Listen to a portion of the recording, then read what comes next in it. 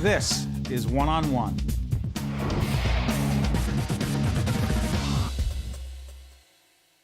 We're here with Angelo Valente, the Executive Director of the Partnership for Drug-Free New Jersey at the Do No Harm, the first annual Do No Harm Conference. Angelo, talk about today, why it's so significant. Well, this is significant because it's not only the first annual, but it's the first one in the country where the medical community is gathered together to work with law enforcement and work with the community on coming up with solutions to the epidemic of prescription drug abuse in New Jersey and throughout the country. You know, folks, we're here at Hackensack University Medical Center. The term epidemic has been used before.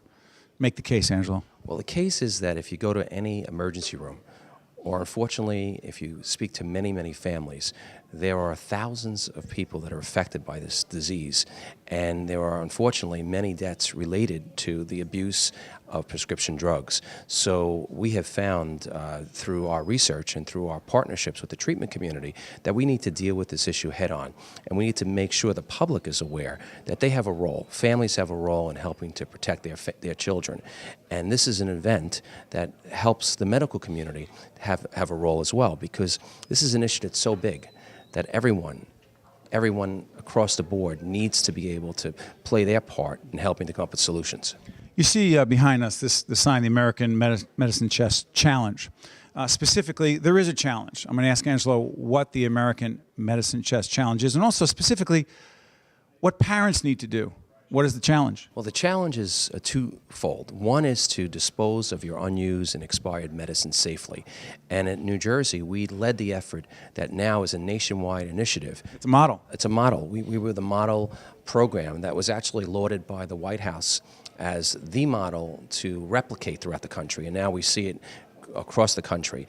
But with the American Medicine Chest Challenge, we also ask people to take 5 simple steps to help protect their home. Name them. First step is to make sure you know what you have in your medicine cabinets. Do an inventory. I mean, so many of us are not even aware of the pills that are sitting in our medicine cabinet. Second step is to make sure you secure those medicines. Keep them out of the reach of children, because we know that children are accessing, 70% of people are accessing medicines through the medicine cabinet. Third step is to make sure you don't share your medicines. While you might think you're doing something beneficial to a neighbor or relative, you could actually be starting that person on a road of addiction. Fourth step, as I mentioned, dispose of your medicines properly and take advantage of the take-back programs, whether it's the American Medicine Chest, whether it's the DEA program, take advantage of those programs. Drug Enforcement Administration. That's correct, Drug Enforcement Administration. And also use our website to find permanent locations. Tell folks, we'll put it on the screen as you say it. It's AmericanMedicineChest.com. And if you visit that and you put your zip code in, you'll find permanent locations of police departments that have permanent receptacles. And these police departments are all over New Jersey and all over the country, and you can go anytime. You don't have to wait for a take-back day. You can go anytime during the year to dispose of those medicines. And the fifth step, Steve, which is most important, is talking to your children about this issue. We need to start those dialogues. We need to let children know about how dangerous it is to experiment with prescription drugs. They are not safe, and they need to be addressed.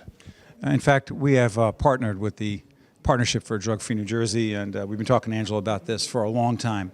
And one of the things that I wanted to talk to you about is, talk to our audience right now, is we've talked off camera about this, is some of the signs that parents need to be looking for in their children, that something might be going on.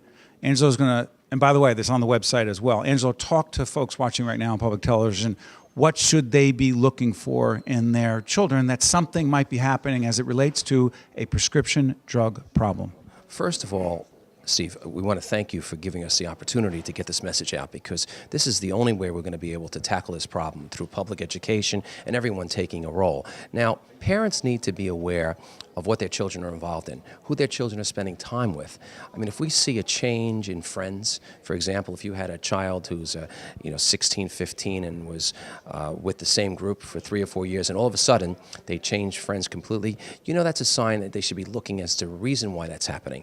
If you see a child who is doing well in school and the grades start slipping, again, another sign that you need to be looking at what the purpose, what the reason of this change of grades. If you see a child who is not taking care of themselves, if they're not... Their appearance changes dramatically.